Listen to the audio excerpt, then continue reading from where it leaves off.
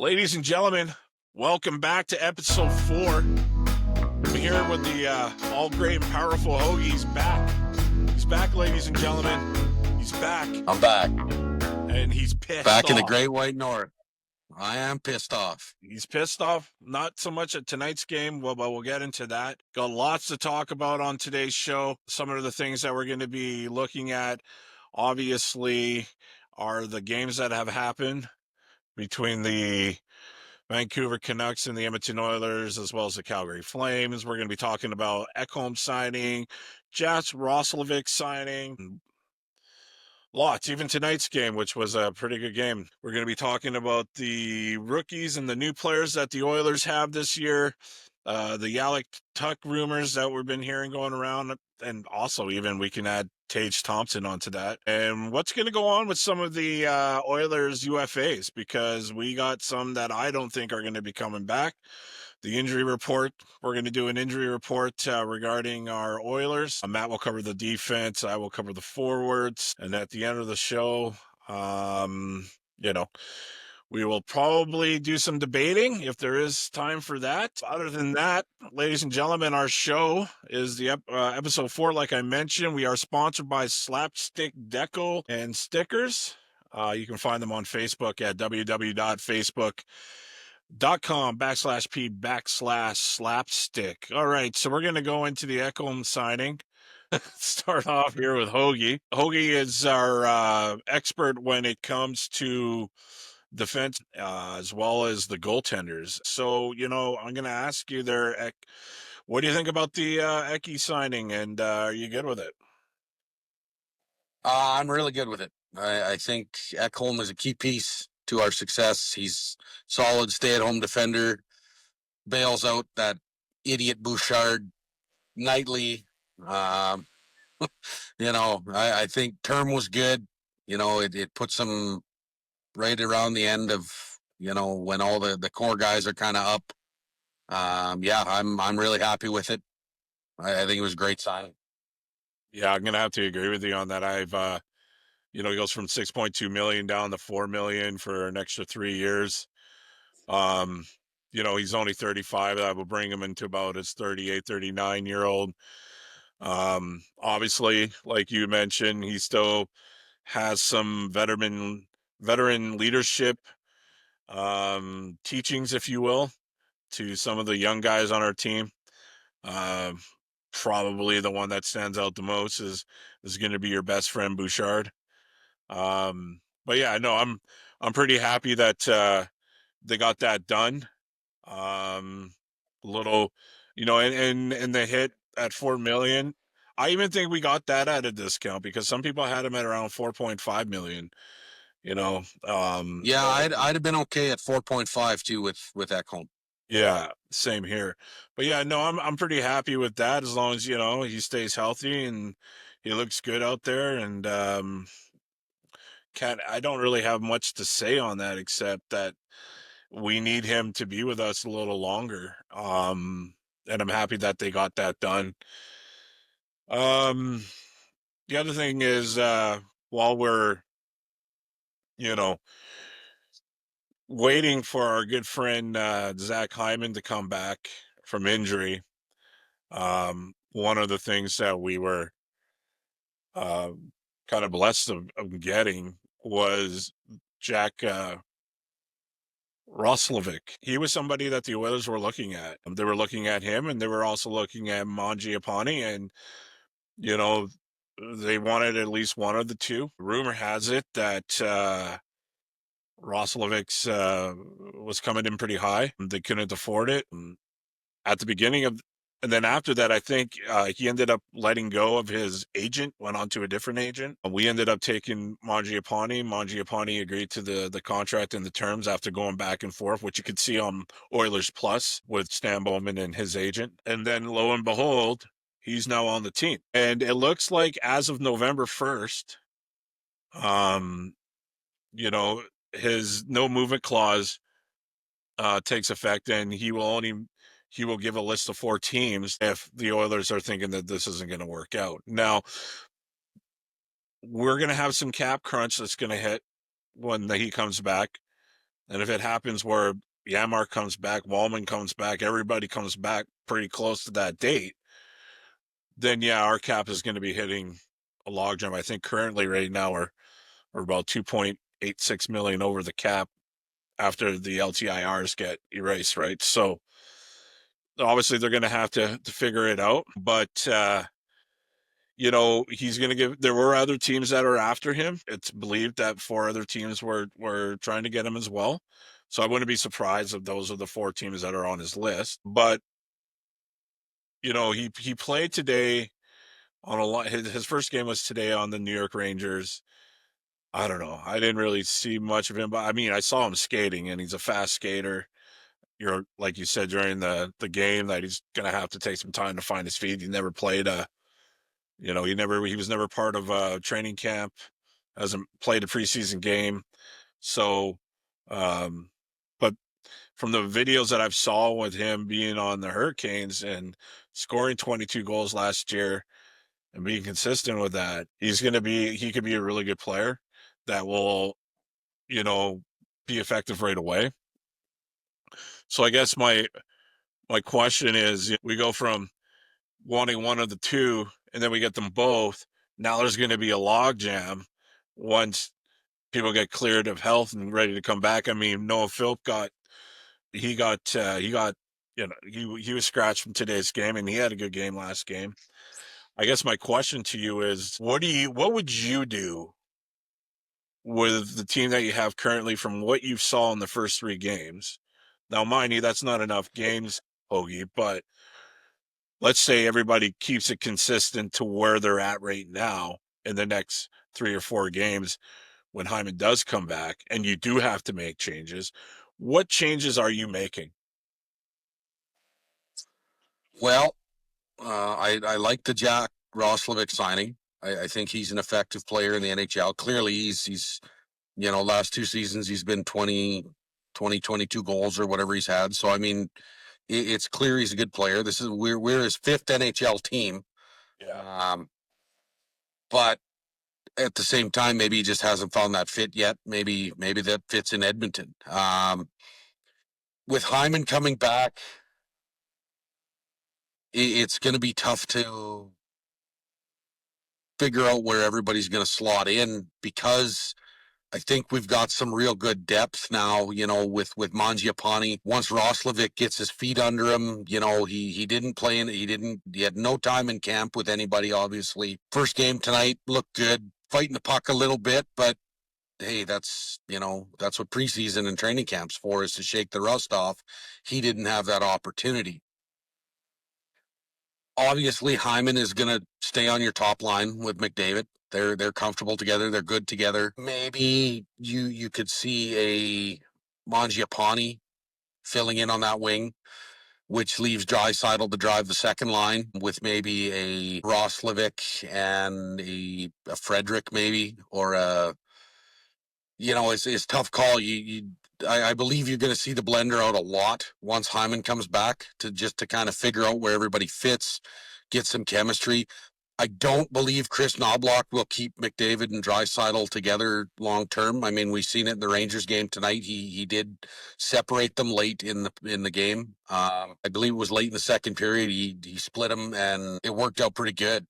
So it's going to be interesting to see. I like I say, I'd try Mangiapane with Hyman and McDavid on that top line, and then I'd probably have a Roslovic, Draisaitl second line with kind of a rotating door of wingers, just to see who fits in there nice. But yeah, I like that pickup. I think it's good, and the fact, I can't help but wonder if he didn't overvalue himself, or his agent overvalued him, I guess. And that's what led to him, I guess, splitting with Carolina. I mean, ultimately it's good for us. We picked him up for a good contract for what he is, and he'll slot into our team nicely, I hope. I really do. Well, like I mentioned at the beginning, I think it could be the overvaluing because, like I said, he got offered whatever the Oilers could offer him, and his agent came back and said, "No, we're not going to do it." And then after that was only a couple of days, Matt, where he ended up firing that agent and then got a new agent. So Yeah, which who knows really? yeah, like I say, but either way, I think it's a good pickup for us. I think Yeah, oh we're yeah. gonna come out winners on this on that side of things. So Okay, well, there you go, ladies and gentlemen. We'll keep an eye on that player. I'm sure he'll play in the next game against the Islanders. As we move on into, well, we're going to get into some hot water, ladies and gentlemen. let's get into it, Kev. Let's get This into is it. so. I told you that I wasn't able to watch the game.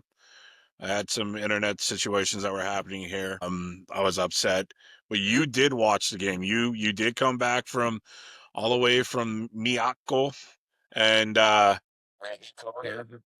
you got the chance to watch that game. So I'm kind of going off everything that you're going to say in this, except for maybe I might talk about a few things. Well, let me get mine out first because yours is the one where the listeners are going to want to hear. Okay. And ladies and gentlemen, I am warning you right now that this will not be PG when Hougie starts talking about his feelings about certain players on in that game. But the one thing, This we're going into the Edmonton and Calgary game. yeah, The season opener for the Oilers, the home yeah, opener. This is first one. yeah. So the one thing that I noticed through highlights, and maybe you can tell me if this was or wasn't, the one goal that did get by him, they were complaining. I saw fans complaining about it. I heard the coach complained about it too a little bit that it was a high stick goal. That I don't know if it was the first goal or the second goal the Flames got in there, but apparently the puck was over the crossbar and they tapped it in. Was it a high stick? So it was a power play. They were on the penalty kill, and It was a penalty kill. It wasn't a power play for the Flames.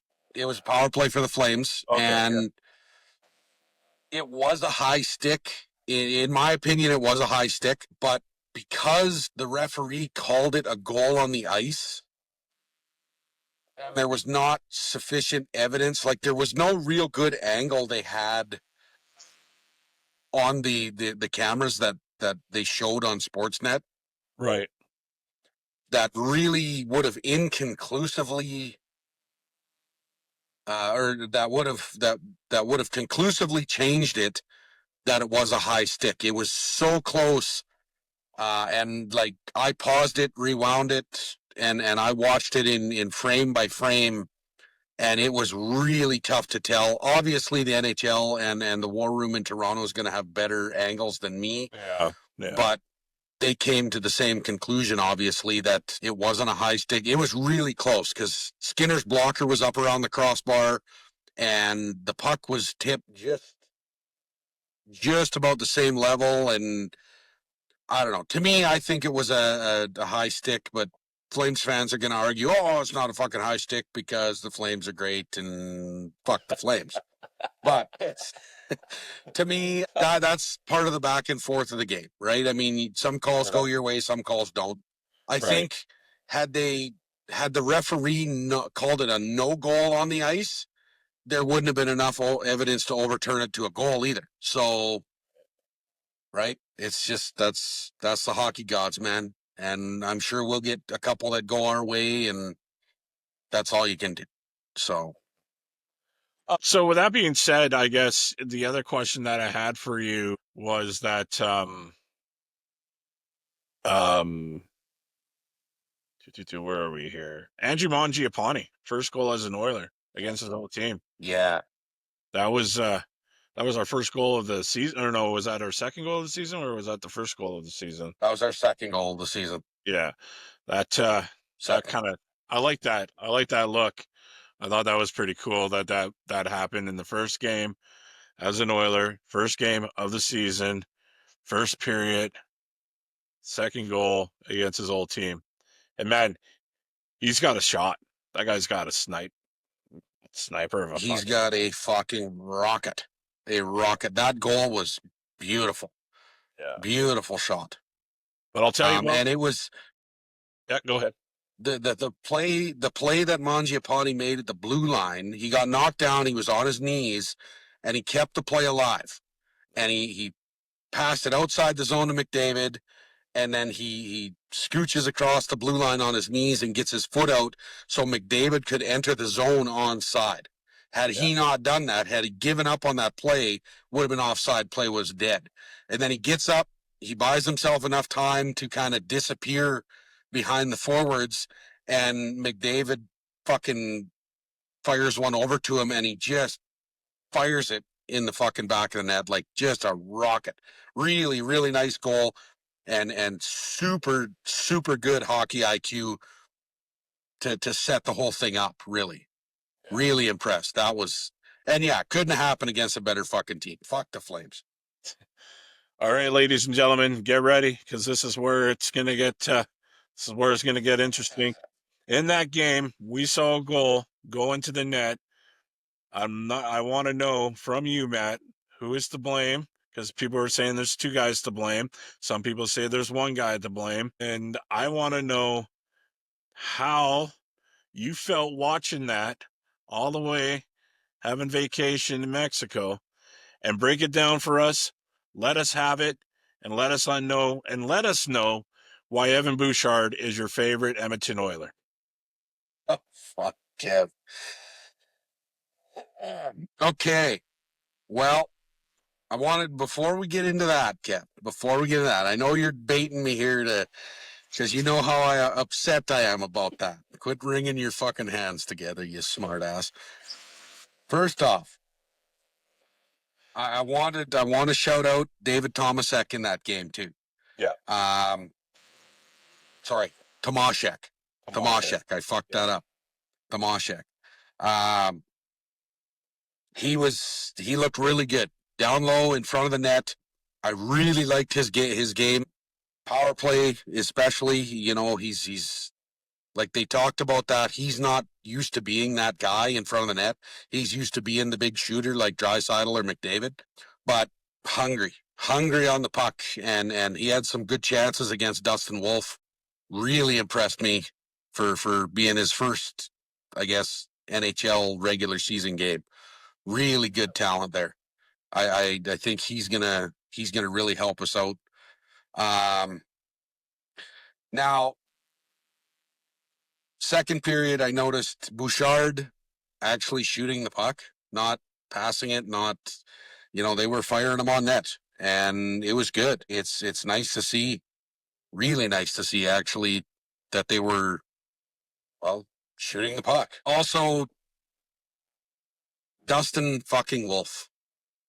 Yeah. For just a minute, I want to talk about Dustin fucking Wolf. Dustin Wolf, how Calgary scouting managed to find that fucking guy. Wow. He has probably some of the best lateral movement in the fucking league. He is an unbelievable goaltender. If Dustin Wolf was wearing Oilers colors, we'd have been 2-time Stanley Cup champions by now. No questions asked. He is a phenomenal goaltender. So, and Calgary fucking locked him up long term, man. And I think some people were a little concerned about that signing because he only proved himself for 1 year, and he got the kind of money in the term that he got. But you're he's saying that he's legit. worth it so far. He's legit, man. That guy, you can tell he is going to be a long-term asset to the Calgary Flames, and it pisses me off because they play in our fucking division, and we got to see them. And I know for the next fucking years to come, Dustin Wolf is going to be a fucking thorn in our side. Same as Mika Kiprasov was. Right. Calgary Flames have some really good fucking goaltender scouts. So, now, we're gonna fucking get into it, Kev. We're gonna. Right. Everybody who cheers for the fucking Edmonton Oilers seen this fucking goal. Every single person on the internet seen this fucking goal. I was 4,000 from Alberta at the time this goal fucking happened. That's clear across the continental United States, across the Gulf of Mexico, and then on the bottom side of the fucking Florida or the Mexican peninsula in Playa del Carmen. 4,196 kilometers, Kev. Now, for anybody, that's 40 hours of fucking driving at 100 kilometers an hour. That's a whole week. I was that far away, and I could still smell the fucking bullshit, stank-ass, whole bag garbage on this fucking goal. Evan Bouchard and Stuart Skinner. Just fucking terrible. Terrible. This little fucking chip into the zone by fucking Coleman. And Stuart Skinner fielded the one hopper nice. Okay? Blue Jays would have been proud. Whatever. But then he drops it in front of him, pulls it in with his fucking stick, and stands there. Stands there like when your fucking controller batteries fucking die while you're playing Chell 25, and it says, pay attention, pay attention. Seriously, his fucking controller disconnects. Meanwhile, Evan Bouchard is out for a fucking family skate, swinging his fucking stick, and, oh, hey, there's a puck. Geez, I think I'm just going to skate off into the fucking corner and not take the puck from my goaltender. And, oh, there's a defender behind me. I'll just let him through to the fucking net. It's okay. He's not going to score because my goalie's there. Maybe, just maybe. Now, does Evan fucking Bouchard have a voice box? I don't think I've ever heard the guy talk. Because clearly he didn't tell Skinner what to do with the puck. And Skinner's fucking controller disconnected. And so clearly he can't tell Bouchard what to fucking do. And so Coleman walks in and with a nice little fucking poke, puts it through fucking Skinner's legs for the fucking tying goal. Now, if that's a 3, if the Oilers are up 3-0 at that point, you can kind of fucking shake it off. But the second period, Calgary built a bunch of fucking momentum by outworking the fucking Oilers. Plain and simple. They outworked that fucking team in the second period. And then, again, we've talked about timely, back-breaking goals that Stuart Skinner fucking lets in. Yeah. Case in point, game number 1 of 82, here's one of those fucking goals. Like, did I don't know, did some chick in the stands fucking flash him like she did in Vancouver in the fucking playoffs? Like, what the hell happened? What the hell happened? At the very least, all he had to do was spin his body left and sweep the puck into the corner like one of those, a table hockey where you twist the fucking knob and he fucking, that would have been it. That, and the play's dead. It's in the corner, they come back check, that's it. But no, that fucking retard just stands there. What the fuck?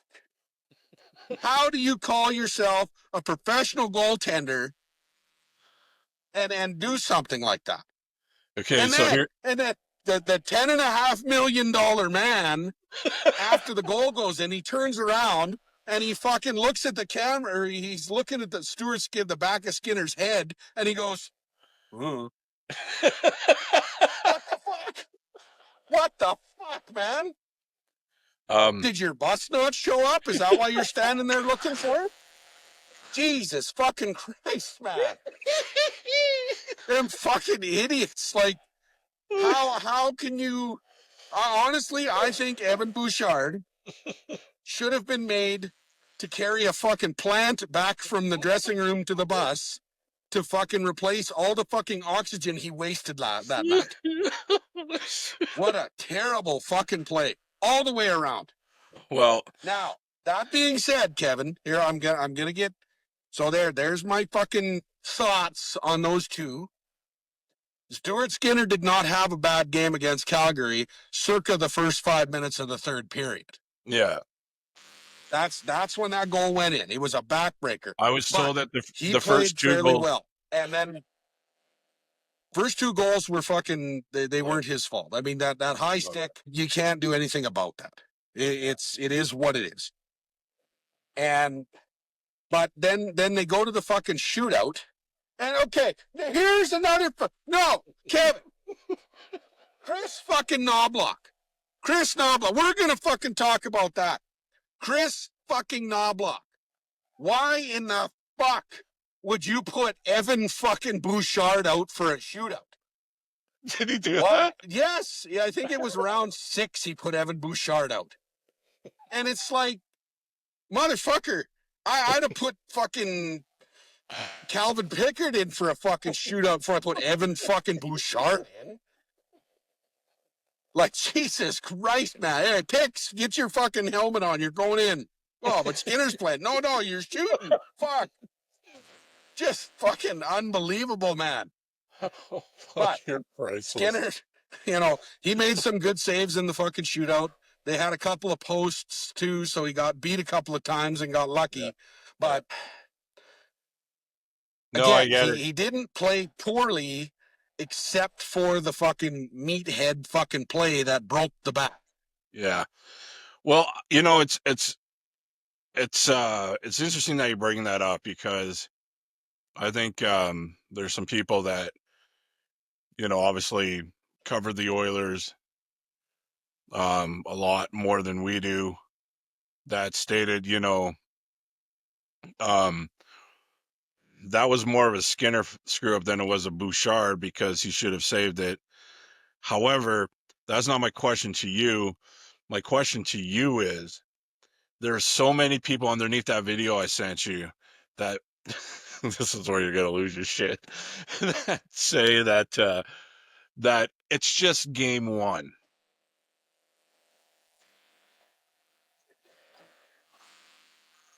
So let me ask you this, Kev.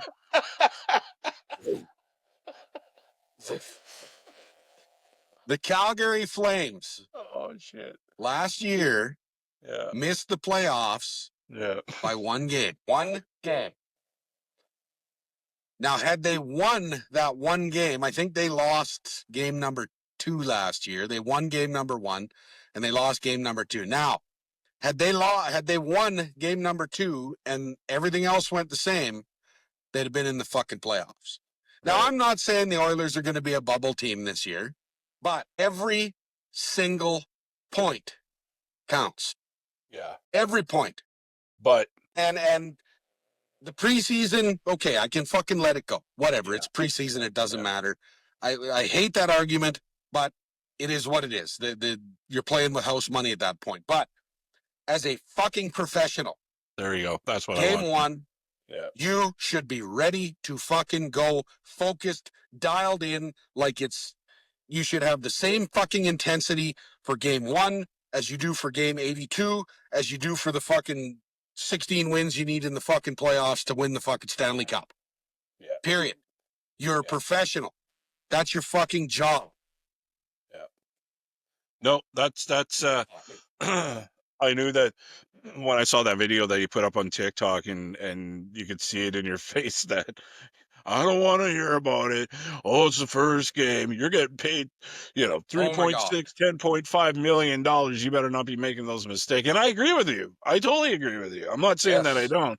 But you know me, I'm grinder. I'm trying to grind your gears. I'm trying to get I know you're the best fucking out of you. grinding my fucking gears here. You're grinding my Ladies fucking and gears. Okay, sorry. One more thing I want to discuss about this game before we move on. The new penalty killing rotation.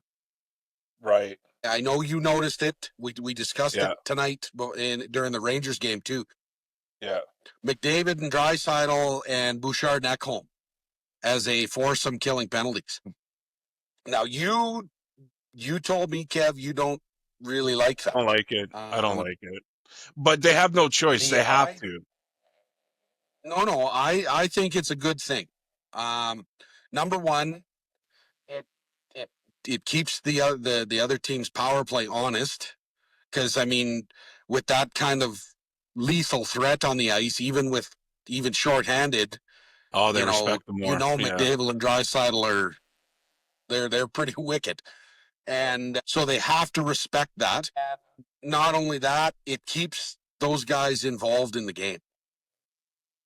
Right? I If guess. we go on a I run mean, of like penalties and McDavid sits on the fucking bench for 5 minutes, yeah. that's not good for our fucking team, right? I mean, McDavid needs to be involved and keep his intensity up. He's better when he plays like that. I guess you bring up really good points there. It's just, I don't want him to fuck it. It's I don't know. There's something about being in that position, being a penalty killer. you gotta, part of the job is blocking shots, and I don't really want them. Yeah. I don't really want them being, out there blocking shots. That's like my only concern about it. But at the same time, right now, like I told you during the game, I'm not surprised that they're out there. That's kind of what we have left. I mean, look at it. Our penalty kill is completely different right now as it stands. I mean, there's no Hyman, there's no Yanmark. Connor Brown went to New Jersey. I think I've seen Corey Perry on the penalty kill a few times last year. So you're kind of left with what you got. But I think when it comes to I get where you're coming from because they got to respect them. I get that, and they are lethal. But when they got it 5-on-4 and they're killing the penalty, and it's a game where it's like people are blocking shots, that's where I'm like, that's too expensive of an injury that I want to see when it's one of those guys. I thought about that too, Kev. I agree. I'm not overly happy in the fact that they will have to block shots on the penalty kill. That scares me. I'm not gonna lie, that scares the shit out of me because McDavid gets one in the hand or something in game 6 and he's fucked up for the rest of the year. It's like, Yeah, ugh. those are There's shoes you're pros not and filling. cons to it. Yeah, Yeah, I mean yeah. those are So just shoes you're not going to fill when it's Connor, especially Connor. Hello, everybody. This is Slapstick Decals and Stickers, a proud sponsor of the Hoagie and Grinder podcast. Get at us for your decals, stickers, banners, and more. You can reach us on Facebook or call us at 403-505-9693. Keep slapping. Now we're going to cover the Oilers versus Canucks game, which is a game I actually had the chance to watch, which I was pretty happy. This was the one after the dismal game or the unfortunate game that Skinner had, that they put in Calvin Pickard. Pickard was great. Did really, really well. We had an opportunity to see Noah Philp get his first NHL goal, which I thought was kind of like a nice little snipe that he got there, for his first goal. This was obviously an emotional game for me because I am, as you know, back when we signed him a few years ago in the midseason, this was the first time they played against Evander Kane, who, by the way, was all over Alex Regula. yeah, He was absolutely all over him. I didn't like the Tyler Myers pitchfork to McDavid's nuts. I think it should have been more than just a fine, but because that looked like there was an intent, as far as I'm concerned, the way I looked at it. But the Oilers played a good full 60 minutes. They only allow 15 shots on net. The Oilers also had 35 shots that went through. The only one that didn't actually have a shot, everybody pretty much had a shot in that game. The only ones that didn't have a shot were Ty Emerson, Kasperi Kapanen, Brett Kulak were the only three that didn't have, and then all other players had one or more shots. So it was a really good team effort. Darnell Nurse had 5 shots. David Tomasek couldn't even buy a goal. Oh man, that guy was great that game. Thatcher Demko was like standing on his head. Tomasek, he had his number all game. And even when Thatcher Demko robbed like Leon Draisaitl on the power play, the power play wasn't really good. I believe they were only 1 for 6 this game, but it was nice to see a few. It was really nice. Did you catch that in that game? I don't know if they did it in the Calgary game, but this game, I was actually pretty impressed with. They actually had a few different ways of how to go into the offensive zone instead of always doing the drop pass to McDavid, and McDavid brings it in. I noticed that they actually played a few different ways, and they done it in all 6 of the power plays. They had different options on how to bring the puck in, and they were successful in all of them. They just couldn't they only got the puck in the net once. So I was pretty impressed with that game. What were your thoughts? I liked the new look on the power play, the zone entry stuff. Like I say, that I think we seen it in the finals last year. Florida had figured it out. It was predictable. Bouchard would skate to the red line and drop to McDavid, and Florida would just funnel him to one side of the ice and chip the puck out, and it worked. There was a few dumps. There was a few, east-west passes that opened up the zone entry, and I think that's a fresh look that we needed. Tomashik, that fucking guy could have wheelbarrowed the money into the stadium that night and couldn't have bought a goal. He was all over it on the power play. Yeah. And like just and I almost felt bad for the guy at that point. I'm like, man, like he's just gonna pack his shit up and go back to Sweden. He keeps getting stoned like this. Like keep my fucking last check. I'm going back to Sweden. I got to play guys against like this. But Thatcher Demko, there's another fucking divisional goaltender that the Oilers have to face that is just fucking lights out, man. And Thatcher Demko, they mentioned Leon Draisaitl has 14 goals on Thatcher Demko, and there's only the next closest player has 8. Right. But, well, I mean, everybody would have seen it is when Demko fucking robbed him on the power play, come cross crease and grabbed it with his glove. And man, Leon, he'd had nightmares about that for the next couple of days because what a save. And, yeah, I said it to you tonight before the show. We were talking about it. I said, if it wasn't for Thatcher Demko and Dustin Wolf, the Canucks and the Flames wouldn't even have a sniff at the playoffs. Those goaltenders are world class. And I mean, I absolutely hate them because of the jerseys they wear, but we need to figure out how to get Stuart Skinner to that level. Let's put it that way. I mean, the Myers thing, the pitchfork on McDavid, Tyler Myers, in my opinion, has been a piece of shit since the time he stepped into the league. Something like that, when I played, I was a miserable prick to play against, but that was always a no-no. The cup check was, I'll slash in the top of the foot, I'll cross-check you, I'll spear you in the guts, I'll put my fucking thumb into your eye. Like I was a miserable bastard to play against, but I never cup checked somebody. That's not only an unwritten rule in hockey, or it should be, or used to be. It's an unwritten rule between men. Even if I would have had a shred of respect for Tyler Myers,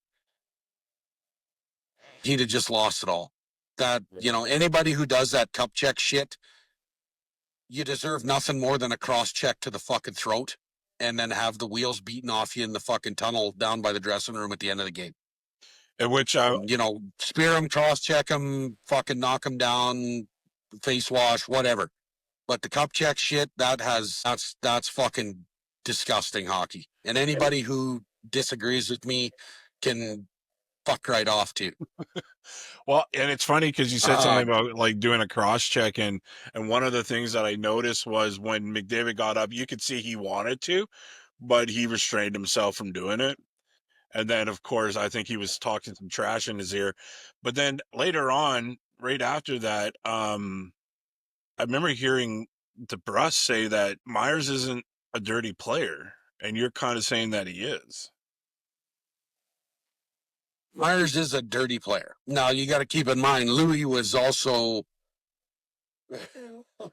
pretty dirty guy. And I mean, I played dirty. I knew how to play dirty. Like I say, I'd butt end you, I'd spear you, I'd cross check you, I'd fucking face wash you, thumb to the eye, but never cup check. Never. Right. Yeah, no, I get that. Because number one, I didn't want to get it back. Right? That was the big thing. I didn't want to get fucking cup checked back, so I never did it. The one problem I had with that play is when McDavid did get cup checked, there was no orange and blue gloves on the ice. Yeah. And that to me is a problem. When your captain and your best player gets cup checked, I don't care if you're 5'5", Ike Howard, your gloves should have hit the ice and climbed Tyler Myers like a fucking tree trying to punch his teeth into his throat. Yeah. That's one thing that I didn't like. When Evander Kane ran over regularly behind the net. That was clean. That was clean. When he ran him into the boards from behind, No, that wasn't and that part. that one wasn't. No, but the one where Regula came around the net and Kane come from the other side, that was a good hit. That was a good hit. Yeah. There was more of a pushback on that hit than there was on the Connor McDavid cup check. To me, granted, that hit happened after, and I can't help but wonder if the coaching staff went up and down the bench and give him a little fucking, what the fuck is wrong with you guys? Why didn't anybody at least try to fight this guy? Well, Nurse did. Nurse tried to fight. No. Oh, Myers. You're talking Nurse about tried Myers. to fight Kane. Myers. I'm talking Yeah. Myers. Yeah. Okay. When Regula got pushed from behind by Kane and drilled his face in the boards, and Darnell Nurse grabbed him, I would have liked to have seen that bout. I would have loved to have seen Darnell Nurse go with Evander Kane, because they are both very tough customers. What do you think, Evander Kane? I told like him? that putback. Evander Kane probably said, dude, you can't punch me because I'm my crazy ex-old lady's in the fucking stands and she's got money riding on it that'll get on a fight, and I can't fight tonight just to fuck that stupid, crazy Anna Kane bitch. I don't know. I think at the time in the game, the Oilers were up 1-0, I believe, when Kane smacked Regula from behind.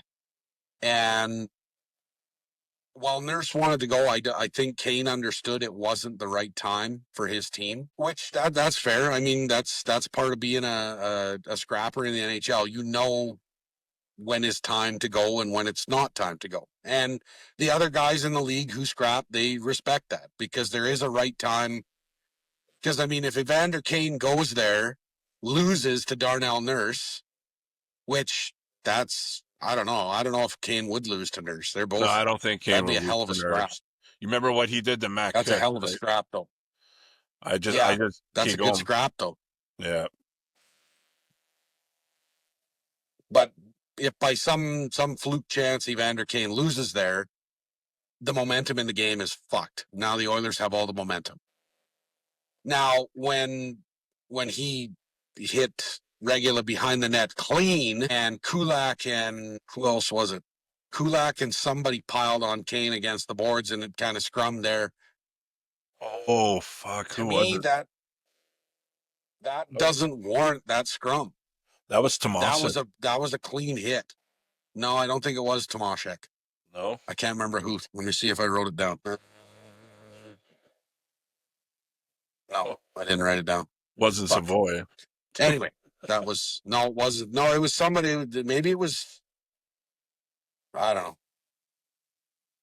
Either way, it was surprising to see that much of a pushback on a clean hit versus, the first hit Kane did to Regula, as well as the Tyler Myers cup check. Although Tyler Myers also got popped by Leon Draisaitl earlier in the game. I was just gonna bring that up. That was a good hit. That was a good hit. But Tyler Myers also popped Frederick at the blue line. I mean, there were some good hits in that game. That was really, really a good game. It was. It was. I thoroughly enjoyed that watch. It was really good.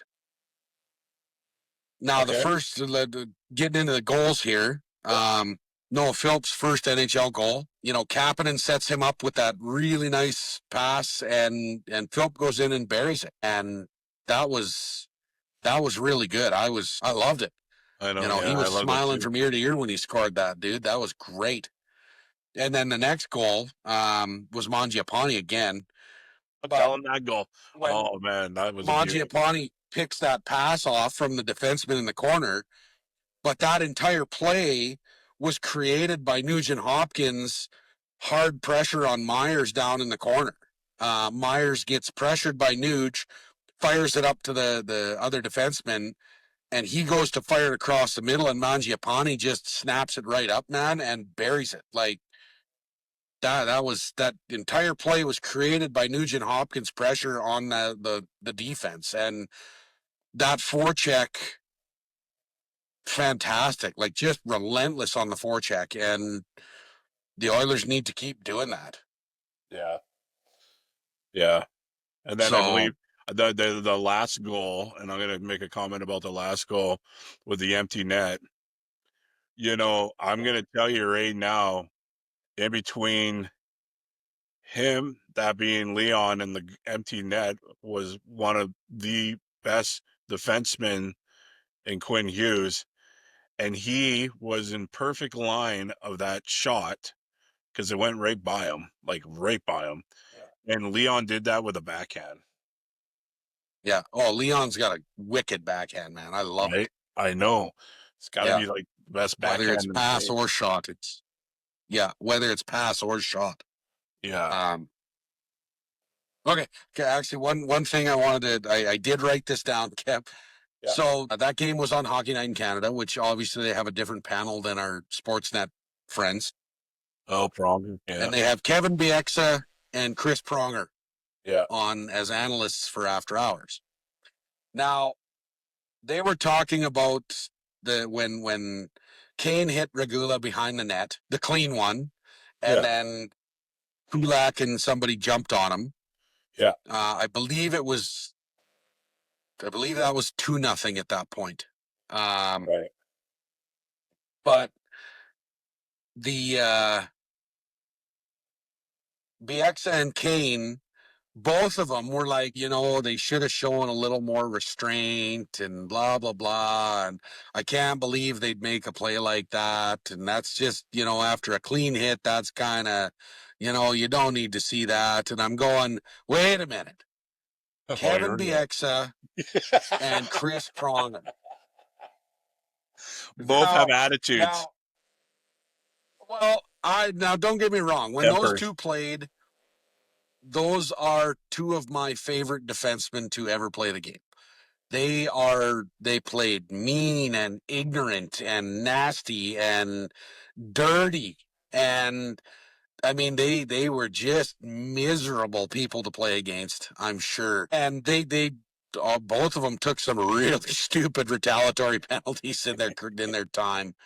And I thought, the irony of these two guys talking about showing restraint is just, that was almost, that wasn't, there's another not on my bingo card for 2025, 26, Kev, was Kevin Bieksa and Chris Pronger talking about, showing restraint. It's like, no way, man.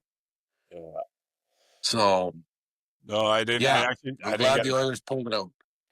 didn't get a chance to see that. All right, ladies and gentlemen, we're going to get right into the game that happened tonight, which I watched with you. The one thing that kind of popped out to me was you were saying that the game was slow. And I'm watching it like I've never seen the Oilers skate so fast in my life. And since, last year they didn't skate that fast. But you're saying the game as in general was a slow game. What were your thoughts on the whole game? Well, like you said, Kev, I thought the game was kind of a slow pace. I mean,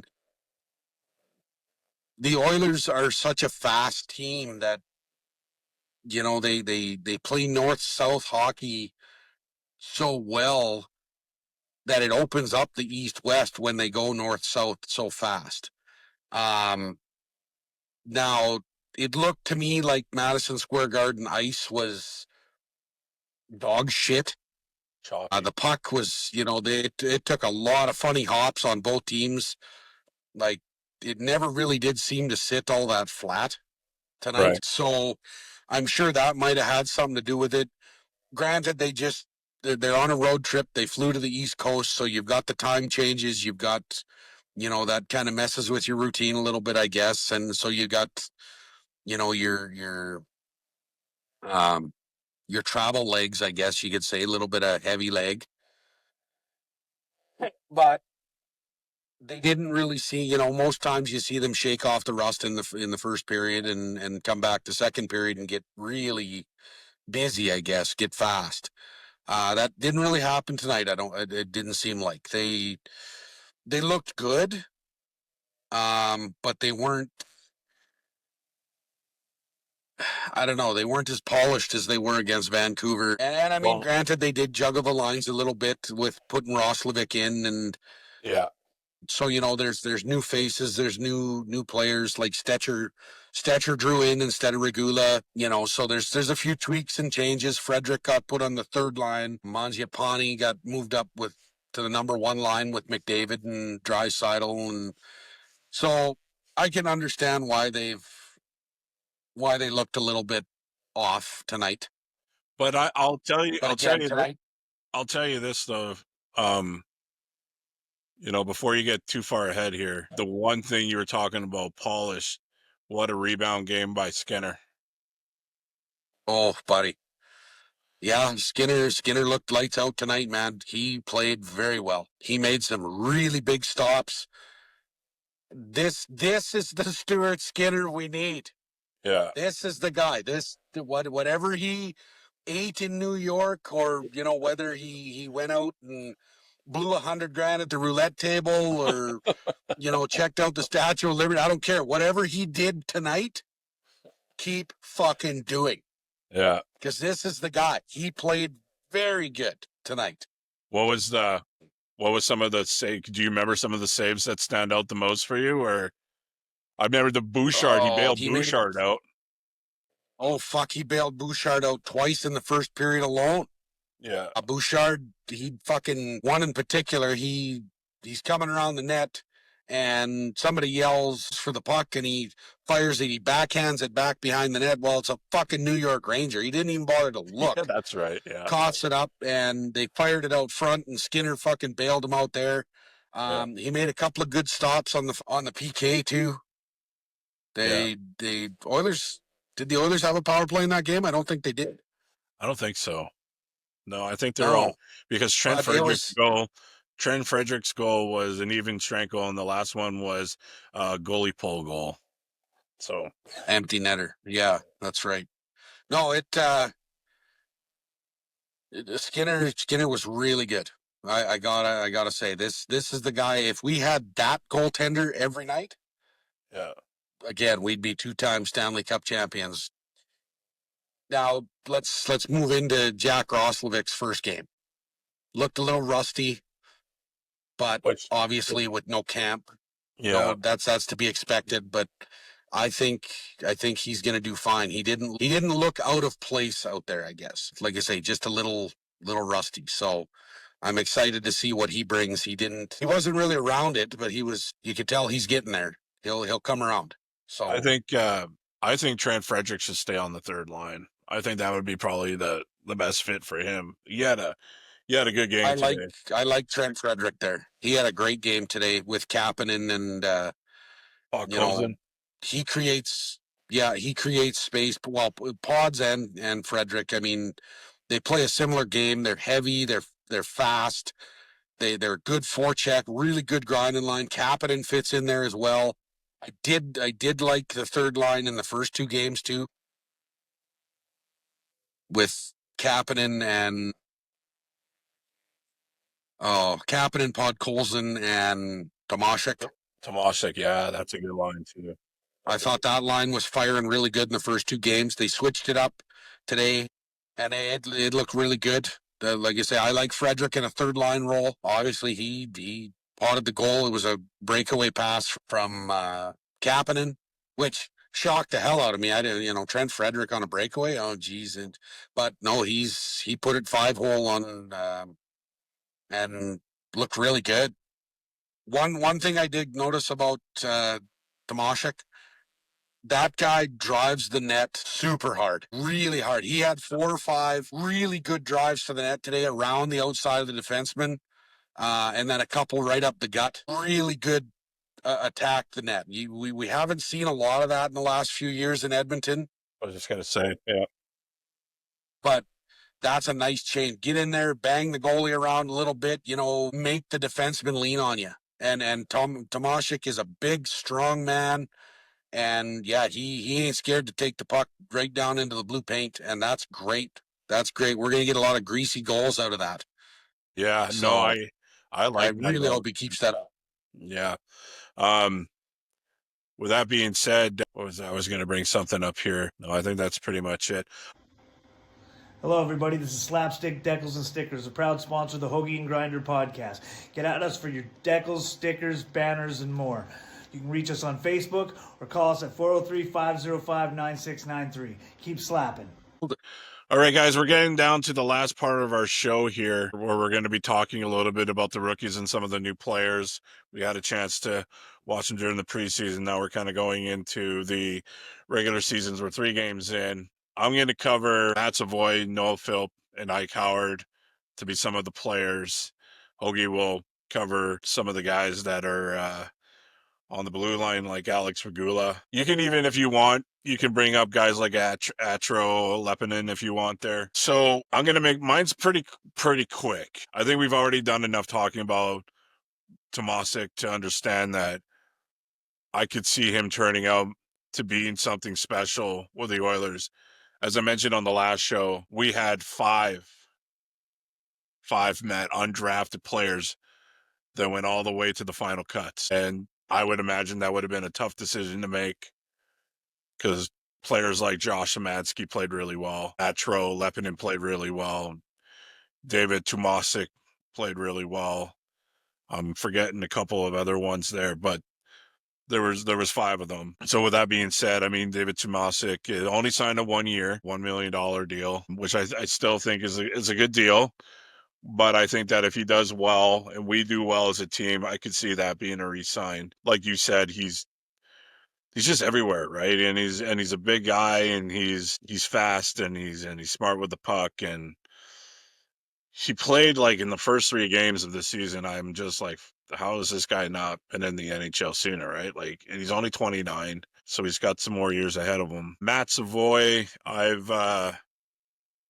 had a really good preseason. It's only 3 games in right now. I believe he might have an assist so far for points. We're going to still have to give him some time. But the one thing I like about him is he's a badger on the puck. He won't give up on the puck. He goes wherever the puck is. He's got speed. Even tonight, he had a couple of nice little surprise plays there and got some good shots on the net. So as long as he keeps doing that, I don't see there being an issue with him. I mean, he's kind of got one leg a little bit ahead of Ike Howard because, he's been in our system for at least a year, but he's been in the NHL system for a couple of years now since he's been drafted, which was 9th overall to the Buffalo Sabres. Buffalo Sabres can draft really good players. They just can't keep them because they're just a terrible team. But the Kev, you got me. but I think he's promising. I like how he just doesn't give up on the pot. I think a Badger is a good nickname for him because he's so smaller than everybody else, but he's not afraid. Ike Howard, on the other hand, I just hope, because it's such a logjam. We got so many good players on our team, and some of those good players are away on injury right now. And when they come back, there's going to be some changes that are going to happen. And if hopefully he doesn't get past 7 games before they have to make a decision on him where they could send him down and not have to waive him. Because I don't want to give up on that talent because he's on the 4th line. And I get the whole idea of like, well, you gotta work your way up. Like Matt Savoy has worked his way up through the years of being in the system, either just in the NHL in general. He's coming from the NCAA. He's got the Hobie Baker Award. I get that he's there. And I think he's getting opportunity on the power play on the second line, which is great because me and you said at the beginning of the year, after that fucking snipey of a shot he got from Nuge, that he has the same kind of shot, the same kind of positioning as a Leon Draisaitl, which works really good on the second line power play. And that's where he is. So he does have opportunity there. But like I said, he's really fast. He's always asking for the puck. I really like his speed. But like I said, it's only 3 games. He's got all the talent in the world. I don't see them setting him down, just like I don't see them. Well, I'll bring it up in your segment after you're done, but I still think there's some time there that needs to be done. Now, when it comes to the blue line, Alex Regula is really the only player right now that's playing on the blue line that wasn't there last year. He took the whole year off last year because of injury. What are your thoughts on him?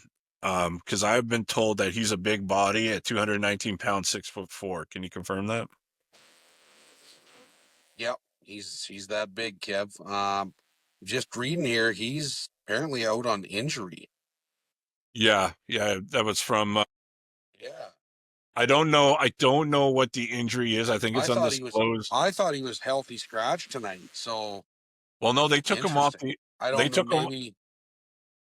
they took him off the ice, dude. If you watch that game, you'll see him walking down the tunnel. Okay. They took him off the ice. In fact, Oh, I actually, didn't. I might. the refs took him off because his head hit the ice.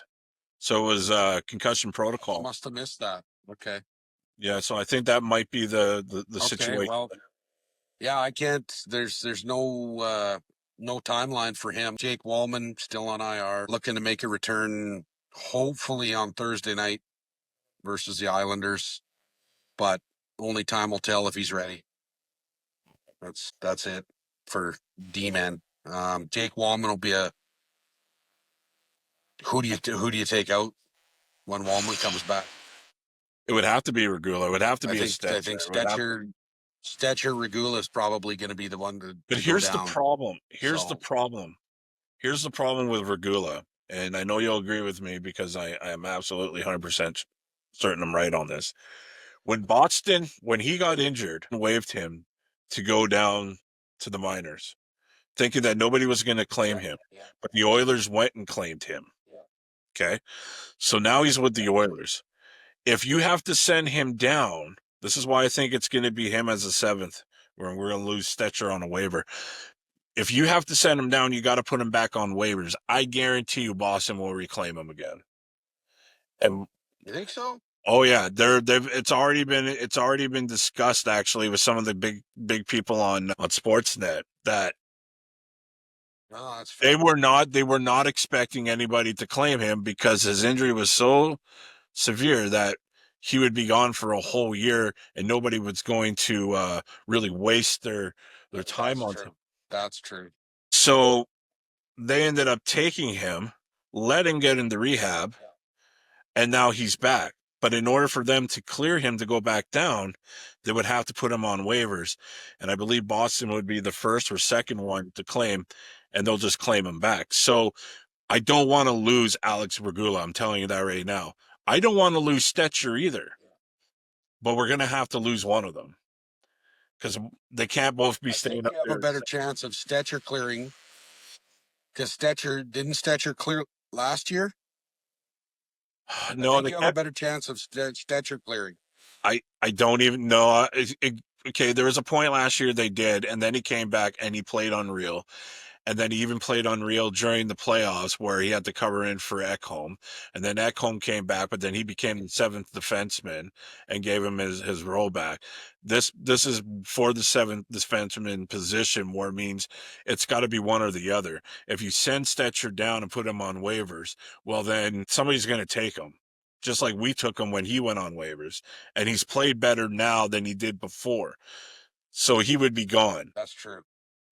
And the other thing is, if that's what's going to happen, I think, wait till November 1st and hear me out on this. Wait till November 1st when you get everybody back.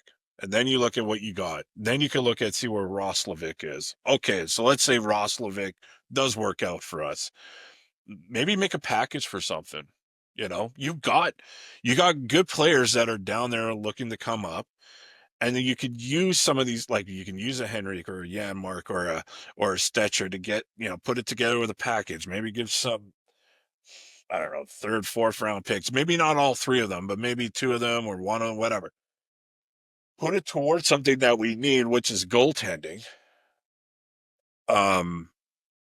Or you're gonna have to waive them and hope to God that nobody picks them up. It's such a really tough spot for them to be in because I really like every single player that's on the ice right now because they look great right now. And it just sucks because we're going to lose somebody no matter the way you look at it, either through trade or on the waivers. And it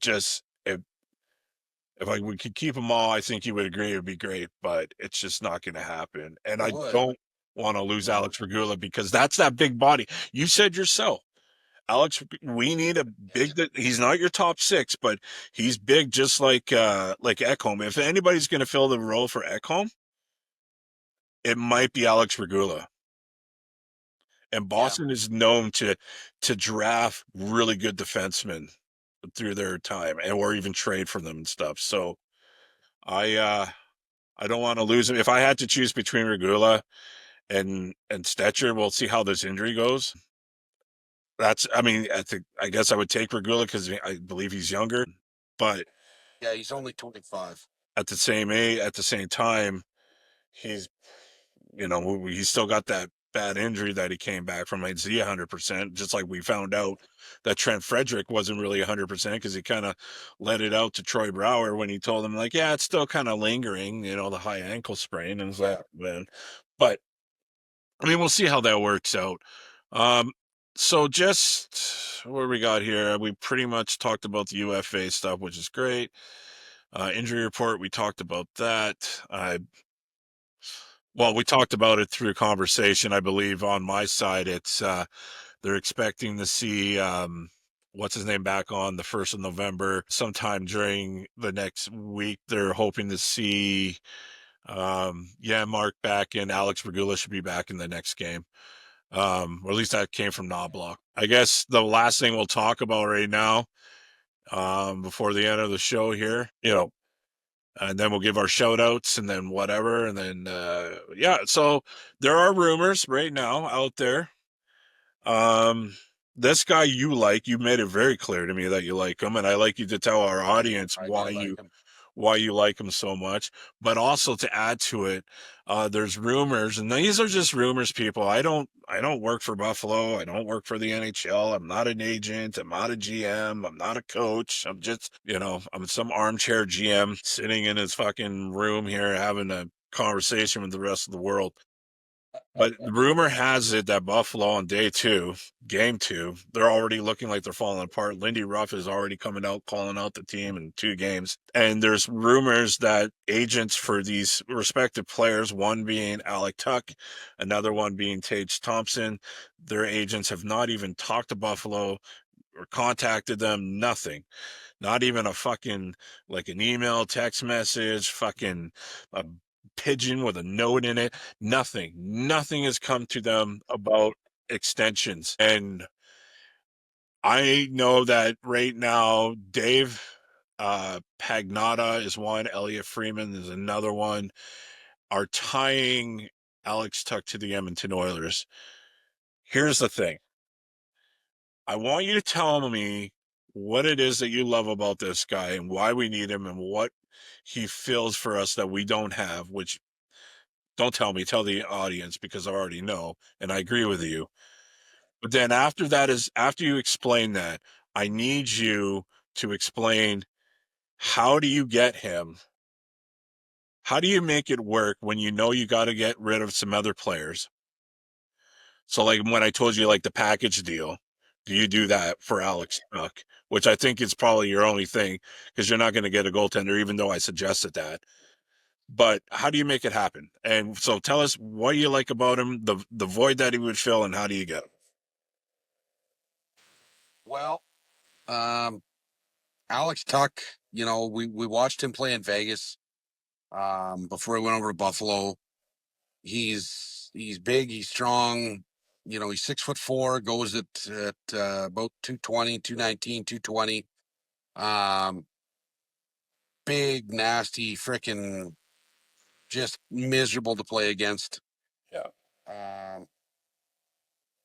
Right-handed shot, right winger. So I would slot him probably second line. I think he would be a really, really nice fit with Leon Draisaitl. Now that's not to say Tage Thompson isn't the same thing. I mean, he's 6'6", goes at 220. He's a centerman. He's a natural centerman, mind you. But I'm sure Tage Thompson can play the wing. But Alex Tuck has a little bit more of a mean streak in him. Obviously, he's been around the league. He's played 500. To me, I would look at shipping out a couple of blue chip prospects to Buffalo for Alex Tuck. Maybe a Noah Philp. Yeah. I don't think Philp's going to get it done straight across. No, not at all. But See, you it's want tough it? to. I mean, if the player wants out, though, Kev, it's obviously it's in the Oilers' favor if the player wants out. I know Philp, and as much as this, I fucking hate to say this, and I'm probably gonna get roasted by You're going to Oilers say fans for Nuge. You're saying going to this. say Nuge. I know you're going to say Nuge. Yes, I am. No, it's not going to happen. No. I would maybe consider Nugent Hopkins. So As much as I Nugent don't see that Hopkins happening is though. amazing. I don't think they'll ship Nuge out. Nuge has too much value. Yeah. And Connor wouldn't. But I don't even think Connor if would I approve that. were no, if I were Stan Bowman, though, I would be entertaining that thought. I would be on the phone to the Buffalo Sabres for either of those players, Tage Thompson or Alex Tuck, because they're both big, strong, right-handed shots wingers. I'd be interested to see Tage Thompson on a team other than the Buffalo Sabres too. Right. He was drafted by St. Louis. He played 1 year in St. Louis. Well, he played 41 games in St. Louis before being traded to the Sabres, and he's been with the Sabres since.